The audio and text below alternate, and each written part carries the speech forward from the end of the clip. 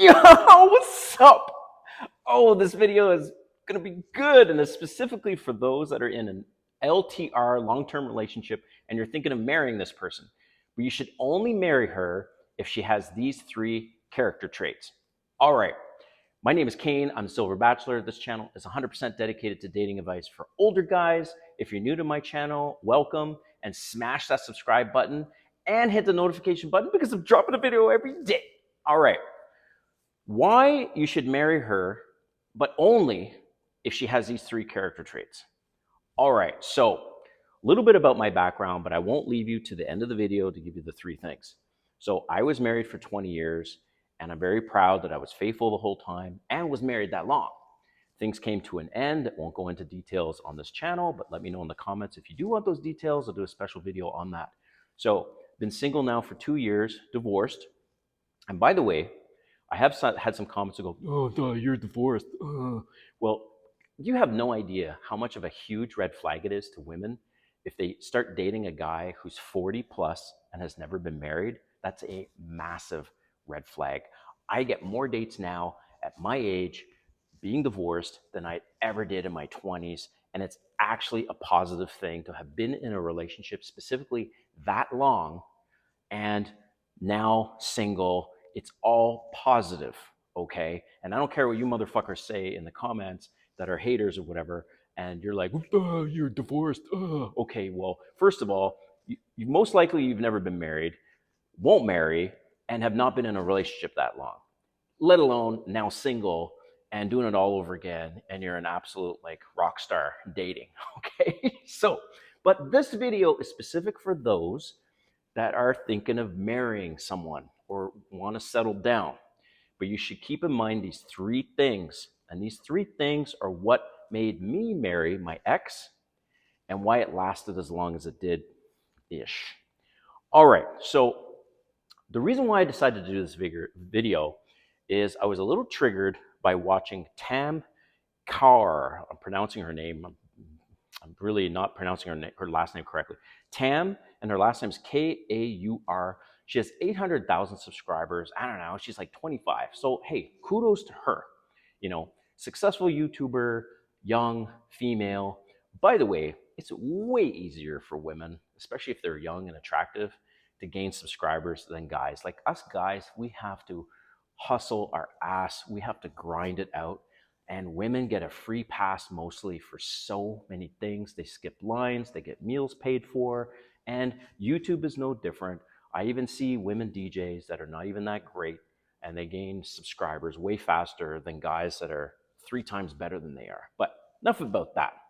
So Tam, I'll just call her Tam because I can't pronounce her last name for the life of me. She says that she's a relationship coach and she coaches women, okay? I watched a few of her videos before deciding to do this video, and man, how materialistic this girl is. By the way, okay, this is a little controversial, but I'm going to say it. She's East Indian. The culture in East India, and maybe weigh in the comments if you disagree with this, it's a caste culture there. It's very, very hierarchical, and it's all about image, especially with marriage and relationships. It's like, oh, so what does he do? Oh, he's a doctor. Great. Now, good thing. Oh, he's an Uber driver? That's what I'm talking about. They typically do not date or marry outside of their caste, right? It's kind of just well known. So all her videos, she comes across as this pompous, young, privileged woman. She's probably got lots of money from her family, whatever. I'm not holding that against her, just what it is. So she's given relationship advice to women, right? And it's terrible advice. I went through some of her videos. I'm like, really? So basically you're telling women to be materialistic, to have these unrealistic expectations, and to be like you, okay? So I wanted to take a deeper dive. And to my surprise, I discover who this guy is that she's dating. I have never seen a bigger simp in my fucking life. And so this guy, also East Indian, by the way, I know this is a little controversial, but I've heard this from many people that I don't even really know. And they've found out that I was going on a date with someone that was East Indian. And they would say, watch out, because they typically stick to their kind. That's what I've heard. And I know this might piss off some people watching this video, but that's what I'm hearing from people, that they stick to their kind. Of course, her boyfriend is East Indian. Why? Because God forbid they piss off the mother or the father, because the mother and the father, mostly of the bride, well, also the groom too, but the parents of these kids, I feel bad for the kids because the parents are like, rule them like an iron fist. Okay. So I see her boyfriend, and he's skinny, he's frail looking. He's like, okay, dear, catering to all of her needs and all this stuff, a huge beta simp, right? And she's in her mind, she's probably thinking, oh, I'm really happy with this guy because he's going to cater to all my needs. And the thing is, she's going to get bored with him, and then they're going to end up getting divorced. 70% of all divorces are filed by the woman, and she gets bored. Women get bored, not only in relationships, they get bored in marriages, and that's just a sad reality. And I don't care what any of you are watching or thinking about this, but it's true.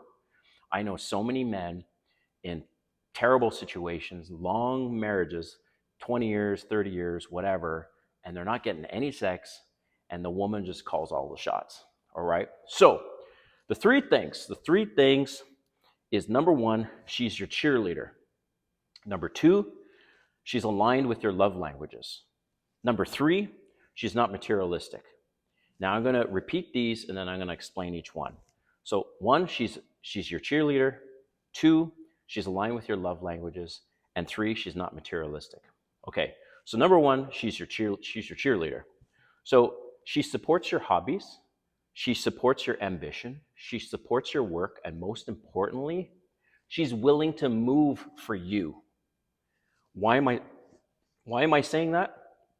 Because my ex-wife was not willing to move for my career, and I was making 4 times the money she was. And you're like, what? Yeah. She didn't want to move to Toronto. She didn't want to move to Vancouver in Canada. And when I got this job that I have now, she didn't want to move to Atlanta. So that was the last straw for me. I was like, oh, hell no. You are not going to dictate these major things in our life that can improve us both, help us all together make more money. She stopped lifting me up. In fact, it started becoming tearing me down. So I made the decision, you know what?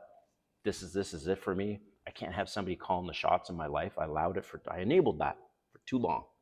So she's your cheerleader, and she's willing to do what you need to do as the leader in the household. Okay. So number two, she's aligned with your love languages. Man, you guys, if you guys are in a relationship or you want to level up your dating game, you need to read this book. Get it on audiobook, or just go to YouTube and say, what are the 5 love languages, and learn them. It is critical. I would say that's number one thing that I consider before even going on a date with somebody. So I reached a point where I'm like, you know what are the 3 love languages that are important to me? And then of those 3, how many of those 3 does she have, right? And then of those 3, I determined, okay, what is the number one thing I'm looking for her to have in her top 3? So you guys need to go through this exercise and go, you know what? The most important thing to me is words of affirmation, or the most important thing to me is physical touch, or service, or whatever it is. We're all different, right? So for me, because I lacked this a lot in my marriage, and that was physical touch. I love affection. I love sex. Who doesn't? But that was missing. And I realized way later, and I made this mistake, that physical touch was like at the bottom of her top 5. Of the 5 love languages, physical touch, my ex-wife, was like the bottom. So now I expect the woman to have physical touch in her top 3. If she doesn't have physical touch in her top 3, there's no first date. I'm serious. I don't go on a first date unless physical touch is in her top 3. So I ask them randomly if we meet organically, whatever, and I'm like, hey, I know this is a little random, and I send them a chart that shows the 5 love languages and what they are. Every woman knows what the 5 love languages are, by the way, guys. That's why you need to know it. And then she will tell me what her top 3 are. And like I said, if physical touch is not in the top 3, no first date. I'm ruthless with it, and it's worked very well for me. Okay. So number 3, It's an obvious one. She's not materialistic. I cannot stand women that are materialistic. And okay, you might drop a comment and say, well, duh, all women are materialistic. Well, sure they are. They're looking for guys that can provide. I get it. But don't be outward about it. So here's an example, okay? There's a flight attendant that I've had some conversations with, and I was asking her, who are the most rude people on planes? Like the people that you have to deal with the most that are like just ridiculous. And she's like, the people that purchase premium economy seats or premium business, I don't know what it is, but basically it's like in the middle. You have economy, you've got in the middle, let's say it's premium economy, and then you've got first class. It's the people in the middle, she's like, they are the most materialistic, they're fake, they think they're all this, but they're really not. And they're rude to the staff. They wear brands, all these brands all the time. They're not modest. And so that's what I mean about being materialistic is that they are modest and they don't expect it, or let alone they're not impressed by brands per se. All right. So if you're thinking of getting married, remember those three things. And if she doesn't have those three things and you're not aligned on those three things, you are treading on thin ice and it's not going to be great. As you know, the statistics, most marriages don't work out. And one of the things I'm thinking of doing a video on, if you've watched this far, let me know in the comments, should I do a video on whether or not you should have a prenup? All right. All right, man. So thanks for watching, and we'll see you next time.